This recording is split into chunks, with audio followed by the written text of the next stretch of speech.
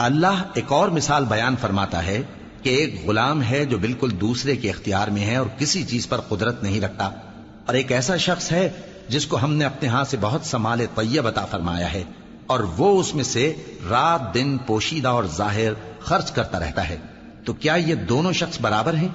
ہرگز نہیں، الحمدللہ، لیکن ان میں سے اکثر لوگ نہیں سمجھ رکھتے۔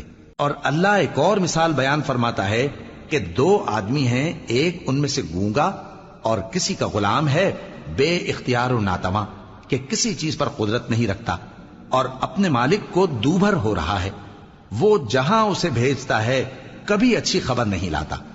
کیا ایسا گونگا بہرا اور وہ شخص جو سنتا بولتا اور لوگوں کو انصاف کرنے کا حکم دیتا ہے اور خود سیدھے رستے پر چل رہا ہے، دونوں برابر ہو سکتے ہیں؟